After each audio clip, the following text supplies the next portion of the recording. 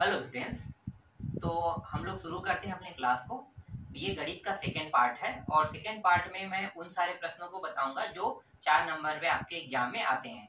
जब मैं आपको पढ़ाऊंगा तो इनमें से एक प्रश्न बाय द वे आपको समझ में ना आए, लेकिन जब सेम टू सेम उसी से संबंधित जब दूसरा प्रश्न आप देखोगे तो आपको ये पूरा समझ में आ जाएगा। ठीक है, तो मैं कोशिश करूंगा कि पहले वीडियो मतलब जो पहला प्रश्न है उसी में ही मैं आपको पूरा का पूरा समझाने की कोशिश करूंगा। तो चलो शुरू करते हैं। गणित के अध्याय 1 के जो 4 नंबर के प्रश्न है उनको देख लेते हैं। तो प्रश्न जो है वो ऊपर में डिस्प्ले होते हुए आपको दिखाई देगा। आपको क्या करना है, बस समझना है इन प्रश्नों को, और जो प्रश्न मैं बता रहा हूँ यही सब प्रश्न आपको वार्षिक पेपर में 4 नंबर में देखने को मिलेगा। तो चलो प्रश्नों को भी पढ़ लेते हैं भाई। तो देखो प्रश्न क्या है। प्रश्न है आपका पहला प्रश्न है, सिद्ध कीजिए कि समुच्चय 1 2 3 में r बराबर 1 1 2 2 3 3 1 2 2 3 द्वारा प्रदत्त संबंध स्वतुल्य है, परंतु न तो सममित है और न ही संक्रामक है। मैंने कल के वीडियो में आपको सममित बताया था, स्वतुल्य बताया था और संक्रामक भी बताया था ना। तो ये चीजें आज भी हम देखेंगे, लेकिन ये अब कहाँ पे देखेंगे, प्रश्नों पे देखेंगे। ठीक है, कल के मैंने आपको समझा दिया था, थोड़ा सा आपको समझ में आया होगा कल के वीडियो में। आज मैं आपको पूरा समझा दूंगा इसमें। चलो देखें, तो प्रश्न में जो समुच्चय दिया है, समुच्चय को हम किससे दर्शाएंगे, ए से दर्शाएंगे ना। तो यहाँ पे मैं लिख लेता हूँ ए बराबर मैं लिख लेता हूँ, ए का मान क्या है, प्रश्न में दिया 1 2 और ये 3 दिया हुआ है। ठीक है, और इसका जो उत्तर है जो हम क्या कहेंगे, उसे आर कहेंगे ना। तो आर का जो मान है ये कैसे आएगा मैं आपको बताऊंगा। चलो पहले निकाल लेते हैं, पता चल जाएगा। ठीक है, तो जब भी हम मान निकालेंगे तो ए को 2 बार गुणा कर दो, ए गुणित ए। तो यहाँ पे क्या क्या मान दिया है, 1 2 3 दिया है और यहाँ पे 1 2 3 दिया हुआ है। देखो क्या करोगे, ये जो एक है, ठीक है, इसको और इसको, ये तीनों के साथ क्या करेगा, रिलेशन बनाएगा। ठीक है, आर का मतलब क्या होता है, रिलेशन होता है। तो ये तीनों के साथ क्या कर रहा है, रिलेशन बना रहा है। तो कैसे लिखोगे, 1 1 लिखोगे, 1 2 लिखोगे, फिर क्या लिखोगे, 1 3 लिखोगे। ठीक है, इसी तरह से क्या करेगा, ये जो 2 है वो 1 2 3 के साथ भी, इन तीनों के साथ रिलेशन बनाएगा। तो आपको लिखना है 2 1 फिर 2 2 फिर 2 3 लिखना है इस तरह से। ठीक है, देख लो इस तरह से ये रिलेशन इनके साथ बना रहा है। ये 3 भी बनाएगा, 3 1 के साथ भी रिलेशन बना रहा है, 2 के साथ भी और 3 के साथ भी बना रहा है। तो कैसे लिखोगे, 3 1। ठीक है, ये पहले वाला है ए का मान, ये बी का मान, तो ये पहले रहेगा ना, इसके बाद इसके मान को लिखा जाता है। फिर 3 2 और फिर 3 3 होगा इस तरह से। तो यही क्या कहलाता है, आर रिलेशन। ठीक है, इन्होंने क्या किया, अपने ही साथ क्या बना रहा है, रिलेशन बना रहा है, संबंध बना रहा है। ठीक है, लेकिन जो हमारे पास उत्तर आया है उसको हम देख लेते हैं। इनमें से कुछ चीजों को क्या कर दिया, हटा दिया। रियल में ये इसका एक्चुअल आंसर है, लेकिन हमें क्या करना है, प्रश्न के हिसाब से चलना है। प्रश्न में जो जो मान दिया है, कुछ मानों को उन्होंने विलुप्त कर दिया है, तो जो मान दिया है सिर्फ उनको ही हम देखेंगे। तो कौन कौन से मान दिया है, देखो प्रश्न में दिया हुआ है 1 1, इन्हीं से मान रहेगा ना, बाहर से नहीं रहेगा। जो इन्होंने लिया है उत्तर, जो वो कहाँ से लिया है, यहीं से लिया है। ठीक है, प्रश्न में यहीं से लिया है। तो प्रश्न को देख लेते हैं, 1 1, इसमें दिया है 2 2, आपको डिस्प्ले होते हुए दिखाई दे रहा होगा, 3 3, देख लो ये रहा 1 1 है, इसके बाद 2 2 है, ये 3 3 है ना। बाहर से नहीं आएगा क्योंकि ये यहाँ से कुछ मानों को विलुप्त कर दिया है, तो सारे मान यहीं से रहेगा। इसके बाद क्या है, 1 2 और 1 दिया हुआ है, 2 3 दिया हुआ है, देख लो 2 3। तो देख लो 1 2 ये रहा और एक है 2 3 है, ये रहा। बाकी मान क्या है, इनको इन्होंने नहीं लिया, इनको नहीं लिया है, इनको भी नहीं लिया, इनको भी नहीं लिया, हाँ बस इनको। ठीक है, जो क्रॉस कर दिया उनको नहीं लिया है, लेकिन एक्चुअल में क्या होता है, ये सारे के सारे मान इनको लेना था, लेकिन प्रश्न में इन्होंने नहीं लिया है। अगर सबको लेता तो क्या हो जाता, ये सभी को लोगे ना, तो ये सममित स्वतुल्य ये ऑटोमेटिकली बनते चले जाएगा, इसीलिए इन्होंने सबको नहीं लिया है। ठीक है, चलो अब देखते हैं, ये समझ में आ गया यहाँ तक। ठीक है, अभी तक तो सॉल्यूशन शुरू ही नहीं किया है ना, अभी मैंने आपको ये समझाया यहाँ तक कि ये जो आर का मान है वो कैसे आया होगा, ऐसे आया होगा। अब हमें ये बताना है सबसे पहले कि ये स्वतुल्य है कि नहीं। तो स्वतुल्य का कंडीशन क्या है, ये मुझे बताओ पहले। कल मैंने बताया था सतुल्य किस कंडीशन में होता है। तो सतुल्य का कंडीशन क्या है, जब सेम टू सेम मान हो ना तब सतुल्य हो। कैसे, एक सिर्फ एक के साथ संबंध बना सकते हैं क्योंकि समान क्या है, एक एक एक जैसा है, तो सतुल्य क्या हो गया, एक हो गया। तो ये एक एक हो गया, फिर दो दो हो गया, तीन तीन तीन हो गया। तो इसका मतलब क्या है, ये सतुल्य है। क्या है, सतुल्य है। एक एक दो दो तीन तीन, समझ में आ गया। ठीक है, तो सतुल्य होने का कंडीशन क्या है, सतुल्य होने का कंडीशन है कि ये जो मान है वो क्या होना चाहिए, समान होना चाहिए, तभी क्या होगा, तभी ये सतुल्य होगा। इसके बाद आपको क्या कर देना है, ये रिलेशन बना रहा है आर के साथ, देख लो। मतलब ये जो है ये क्या है, ये सभी मान जो ए की ये भी वैल्यू, ये भी ए का वैल्यू है, तो एक एक दो दो तीन तीन क्या कर रहा है, रिलेशन बना रहा है। इस तरह से आपको बताना है, ठीक है। और आप इसे कैसे लिख सकते हो, इसे लिख सकते हो, ये जो है ये क्या है, ये आगे को ए कहते हैं, है ना, ए बी, तो हमें ऊपर के दोनों मान को लेना है, तो ए इस तरह से हम ये बता रहे हैं कि ए इस तरह से क्या कर रहा है, रिलेशन बना रहा है ना, तो हम क्या करेंगे, इस तरह से रिलेशन बना रहा है बताएंगे, ठीक है। तो ये क्या है, ये एक स्वतुल्य संबंध है। तो लिखो स्वतुल्य संबंध है। समझ में आ गया, स्वतुल्य संबंध होने के कंडीशन क्या होते हैं, ठीक है। अब देखने वाले हैं सम्मित संबंध। चलो यहाँ पे देख लेते हैं सम्मित संबंध, इसको दो पार्टीशन में कर लेते हैं। ठीक, यहाँ पे देख लेते हैं सम्मित संबंध। ये सम्मित संबंध कब होगा, ठीक है या नहीं पता करते हैं। तो सम्मित संबंध होने के लिए आपको पता होना चाहिए कंडीशन क्या होता है।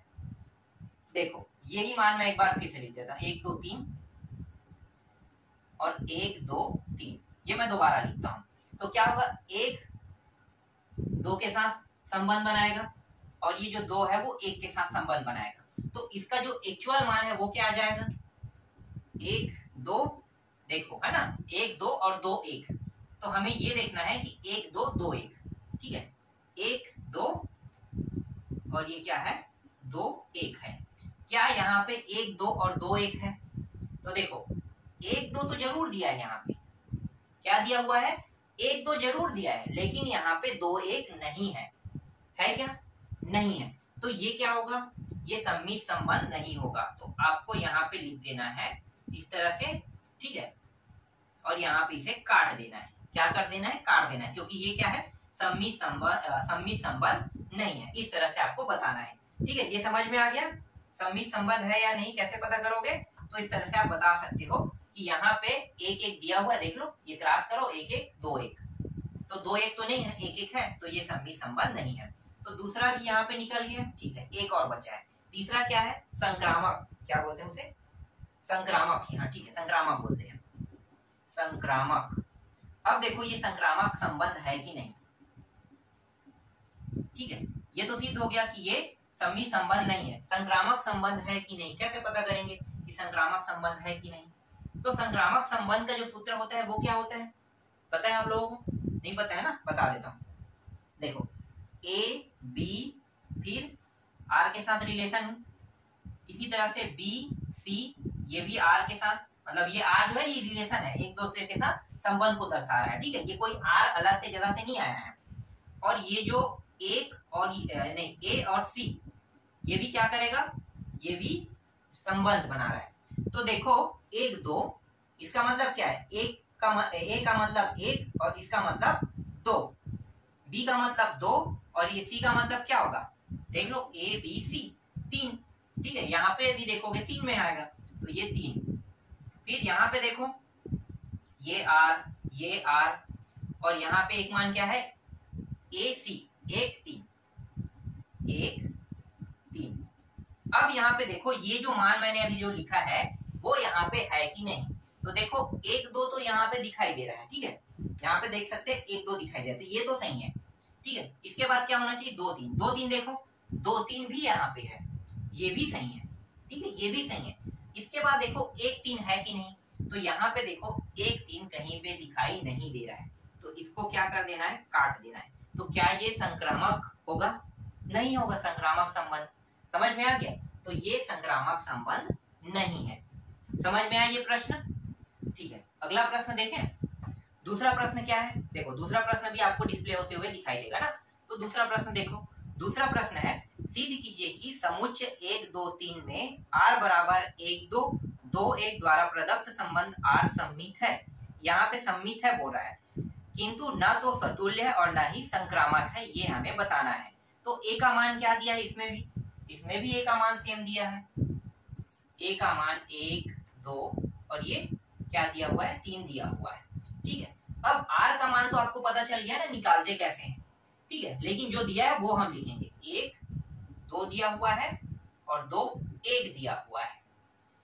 समझ में आ गया, बस इतना ही दिया है। तो बस हमें सिद्ध करना है कि वो सतुल्य है या नहीं, संक्रामक है या नहीं, सम्मित है या नहीं, ये सिद्ध करना है। तो पहला जो कंडीशन है वो क्या है, क्या सिद्ध करते हैं, सबसे पहले सतुल्य सिद्ध करते हैं।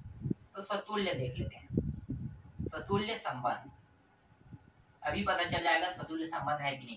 सतुल्य संबंध होने के लिए क्या होना चाहिए, मान को समान होना चाहिए। जैसे कि a b b मतलब 1 1 2 2, क्या यहाँ पे दिया है 1 1 2 2 दिया है, नहीं दिया है। तो इसका मतलब क्या है, ये सतुल्य संबंध नहीं है। सीधी सी बात है, क्या लिख देना है, सतुल्य संबंध नहीं है। तो यहाँ पे हम लिख देते हैं, 1 मिनट, सतुल्य संबंध नहीं है। ठीक है, तो यहाँ पे आप लिख सकते हो, कैसे लिख सकते हो, देखो अगर हम 1 2 और ये 3 को लेते हैं तो ये क्या करेगा, रिलेशन बनाएगा इसके साथ, और इसे सतुल्य संबंध होने के लिए क्या चाहिए, 1 1 चाहिए, है ना, 2 2 चाहिए और ये 3 3 चाहिए, फिर ये आर रिलेशन। लेकिन ये दिया ही नहीं है तो इसको काट दो। क्या कर दोगे, काट दोगे कि ये जो है ना, ये मान इसके साथ कोई रिलेशन नहीं बना रहा है, इसलिए ये क्या है, सतुल्य संबंध नहीं है। समझ में आ गया, बस ऐसे ही तो करना है, मान नहीं दिया मतलब ये सतुल्य संबंध नहीं है। चलो दूसरा देखते हैं, सम्मित संबंध। सम्मित संबंध देख लेते हैं, सम्मित संबंध है। तो सम्मित संबंध का कंडीशन क्या होता है, सम्मित संबंध का होता है ए बी बी ए, है ना, ए बी बी ए। कैसे, देखो यही हम एक देख लेते हैं, 1 2 3 1 2 3 ये और ये देख लो। तो ये तो कंडीशन पूरा कर रहा है, यहाँ पे मान दिया हुआ है, तो इसका मतलब क्या है, ये सम्मित संबंध है। तो लिखो 1 2 2 1 रिलेशन बना रहा है किसके साथ, मतलब ये इस तरह से संबंध बना रहा है, इसका मतलब ये क्या है, ये सम्मित संबंध है। तो ये प्रूफ हो गया। ठीक है, ये संबंध नहीं है, यहाँ पे हमने काट दिया ना, तो ये बता रहा है कि ये सतुल्य संबंध नहीं है। यहाँ पे हमने क्या किया है, यहाँ पे हमने बिलोंग को नहीं काटा है। ठीक है, बिलोंग को हमने नहीं काटा है, तो यहाँ पे क्या हो जाएगा, ये सम्मित संबंध है। समझ में आ गया, आप नीचे में लिख लेना, इसके बाद लिख लेना सम्मित संबंध है। ठीक, अब क्या निकालेंगे, संक्रामक।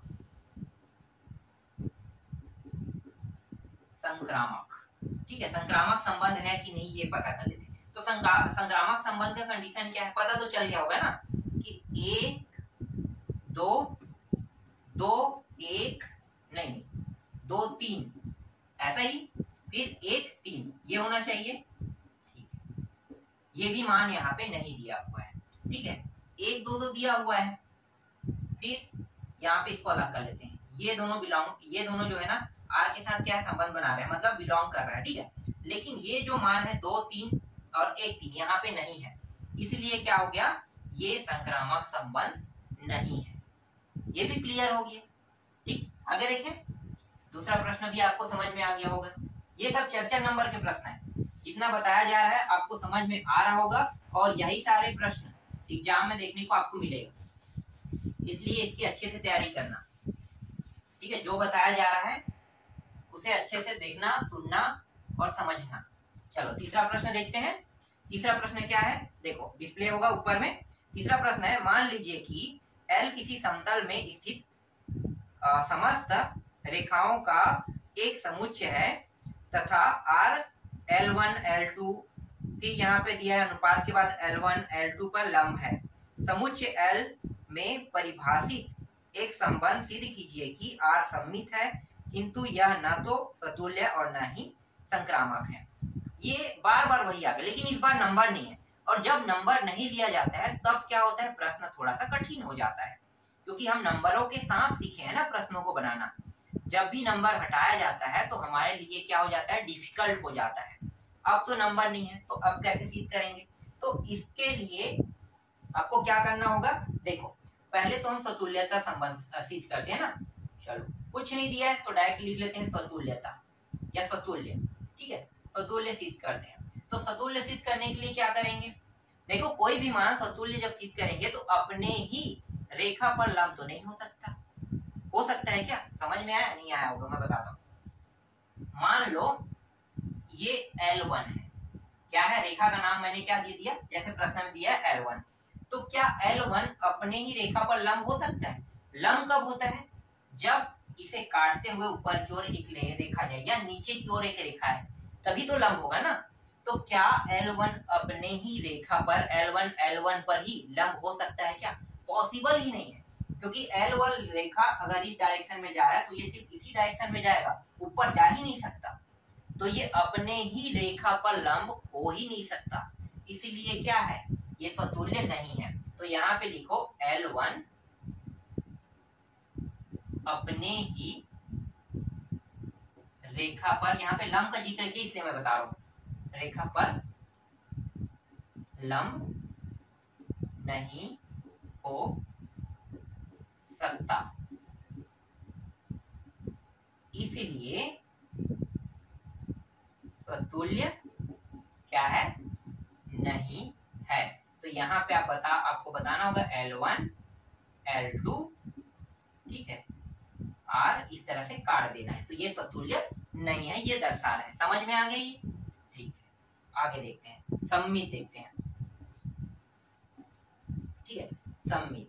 अब सममित है कि नहीं कैसे पता करोगे, ये तो आसान है, सममित इस प्रश्न में भी कह दिया कि वो सममित है, तो बस हमें सममित सिद्ध करना है। चलो सममित कब सिद्ध करते हैं, तो देखो दूसरा क्या है, सममित सिद्ध, ये पहला हो गया, दूसरा हो गया सममित सिद्ध करेंगे। तो ये L1 L2, मैं बहुत ज्यादा लंबा चौड़ा नहीं करूंगा, L1 L2 इस तरह से मान दिया हुआ है, ठीक है। अब मैं इसे क्या कर सकता हूँ, ये इस तरह से रिलेशन लिख दो। फिर यहाँ पे क्या करेंगे, यहाँ पे जो L2 है उसे आगे और L1 को पीछे कर दो, फिर क्या लिख दोगे R, ये क्या हो गया, सममित। ऐसा ही तो होता है ना, इस प्रश्न में भी कह दिया सममित सिद्ध करना। सममित का मुझे सूत्र पता है कि L1 L2 L2 L1 just opposite होता है। मतलब अगर आप इस तरह से ग्राफ बनाओगे, L1 L2 लिखोगे, फिर L1 L2 लिखोगे, तो ये इसके साथ और ये इसके साथ, तो देखो L1 L2 L2 L1, तो ये प्रूफ करना है मुझे, तो ये मैंने प्रूफ कर दिया। तो ये क्या है, ये सममित संबंध है, ठीक है, इसमें ज्यादा कुछ नहीं दिया है, बस इतना ही करना है, ठीक। और ये मैंने कैसे प्रूफ किया कि अगर मान लो मैंने ये L1 रेखा लिया तो इसका नाम मैं क्या दूंगा, L2 रेखा दूंगा। तो देख लो L1 रेखा पर L2 रेखा क्या है, लंब है ना।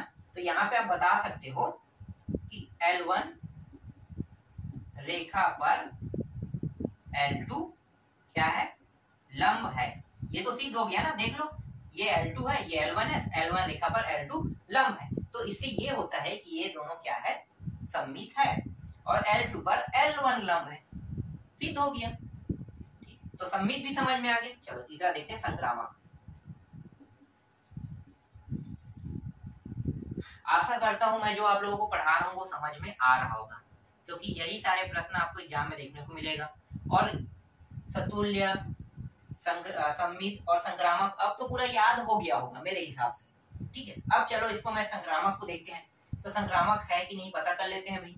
उसके नियम क्या है, पता है आपको नियम क्या है, ठीक है। तो चलो संक्रामक का देखते हैं। तो यहाँ पे L1 L2, देखो संक्रामक निकालते हैं, तो हमारे पास दिया क्या है प्रश्न में, L1 दिया हुआ है और दिया है L2 दिया हुआ है, और ये क्या है L1 L2, ठीक है, L1 L2, ये रिलेशन कर देते हैं, R से कर देते हैं, ठीक है। चलो एक और रेखा ले लेते हैं L2 और ये L3 रेखा ले लेते हैं, जबकि इस प्रश्न में L3 का जिक्र नहीं किया है, लेकिन L3 आएगा ही आएगा, ठीक है। L3 नहीं जिक्र किया फिर भी L3 आएगा, पर उसका उपयोग नहीं हो पाएगा, तो इस रेखा का नाम हमने दे दिया L3। तो यहाँ पे क्या करेंगे, यहाँ पे जो संक्रामक लिखे हैं वहां पे L1 L2 फिर L3 इस तरह से, और ये R कर देते हैं, ठीक है। यहाँ तक हो गया, ठीक। अब कंडीशन क्या है, चलो हमने एक रेखा अलग से लिया है तो हमने लिया तो L1 L2 L2 L3 ये हमने कर लिया। लेकिन हमारा जो तीसरा कंडीशन ये होता है कि तीसरा बोल रहा हूँ, हमारे पास जब भी सूत्र होता है तो L1 L2 L2 L3 उसके बाद क्या होता है, उसके बाद होता है, फिर से मैं लिख लेता हूँ L1 L2 ये तो संबंध बना रहा है, ठीक है, देख लो L1 पर L2 क्या है, लंब है, ठीक है, ठीक। इसके बाद देखो L2 पर L3 लंब देख लेते हैं, तो L2 पर L3 भी लंब है, सही है, ठीक, तो ये भी सही हो गया। अब देखो L1 पर L3 लंब है कि नहीं, तो L1 पर L3 लंब है क्या, बिल्कुल नहीं। अगर इस रेखा को मिटा दोगे तो ये दोनों रेखा क्या होगा, आपस में एक दूसरे के समांतर होंगे ना, तो एक दूसरे के समांतर होंगे, इसलिए ये क्या है, ये रिलेशन नहीं बना रहा है, इसलिए ये संक्रामक नहीं है, संक्रामक संबंध नहीं है। क्लियर हो गया, समझ में आया। ये L1 L2 L3 के सपोज मैंने समझा दिया, यहाँ पे नंबर नहीं था इसलिए थोड़ा सा डिफिकल्ट था, और डिफिकल्ट चीजों को हमें आसान बनाना है, तो मैंने यहाँ पे आप लोगों के लिए आसान बना दिया, समझ में आया। देखो इसमें बस हमें क्या करना है, प्रश्न में स्पेशली बोला है कि लंब है या नहीं बताना है, तो लंब के आधार पर सिद्ध करना है, तो देख सकते हो हमने लंब के आधार पर सिद्ध कर दिया, सतुल्य को भी सिद्ध कर दिया, सममित को भी सिद्ध कर दिया और संक्रामक को भी सिद्ध कर दिया। क्यों संक्रामक नहीं है, क्यों सममित है, क्यों सतुल्य नहीं है, ये अब आपको पता चल गया होगा, ठीक है। चलो आगे प्रश्न देखें।